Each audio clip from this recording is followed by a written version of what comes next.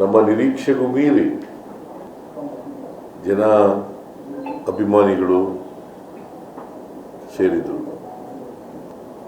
ವಿಧಾನಸೌಧದ ಎದುರುಗಡೆ ಸುಮಾರು 1,00,000ಕ್ಕೂ ಹೆಚ್ಚು ಜನ ಸೇರಿದರು.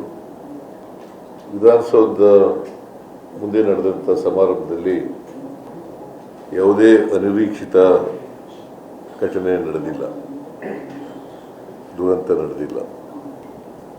ಆದರೆ ಚಿನ್ನಸ್ವಾಮಿ ಸ್ಟೇಡಿಯಂನಲ್ಲಿ ಈ ದುರಂತ ಆಗಿದೆ. ಯಾರೂ ಕೂಡ ಇದನ್ನು ನಿರೀಕ್ಷೆ ಮಾಡಿರಲಿಲ್ಲ. ಕ್ರಿಕೆಟ್ ಅಸೋಸಿಯೇಷನ್ ಅವರು ನಿರೀಕ್ಷೆ ಮಾಡಿರಲಿಲ್ಲ, ನಾವು ಕೂಡ ನಿರೀಕ್ಷೆ ಮಾಡಿರಲಿಲ್ಲ. ಕಾರಣ ಯಾಕಪ್ಪ ಅಂತಂದರೆ, ಕ್ರಿಕೆಟ್ ಸ್ಟೇಡಿಯಂನಲ್ಲಿ 35,000 ಜನ ಕೂತ್ಕೊಳ್ತಕ್ಕಂಥ ಆಸನ ಇರ್ತಕ್ಕಂಥದ್ದು. ಕ್ರಿಕೆಟ್ ಸ್ಟೇಡಿಯಂನಲ್ಲಿ, ಚಿನ್ನಸ್ವಾಮಿ ಕ್ರಿಕೆಟ್ ಸ್ಟೇಡಿಯಂನಲ್ಲಿ 35 ಆಸನಗಳಿರ್ತಕ್ಕಂಥ ಸ್ಟೇಡಿಯಂ ಅದು. ಆದರೆ 2-3 ಲಕ್ಷ ಜನ ಬಂದ್ಬಿಟ್ಟಿದ್ದಾರೆ. 2-3 ಲಕ್ಷ ಜನ ಬಂದಿದ್ದಾರೆ.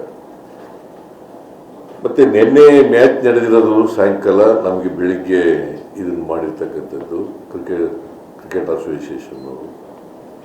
ಹಾಗಾಗಿ ಯಾರು ಕೂಡ ನಿರೀಕ್ಷೆ ಮಾಡಿರಲಿಲ್ಲ.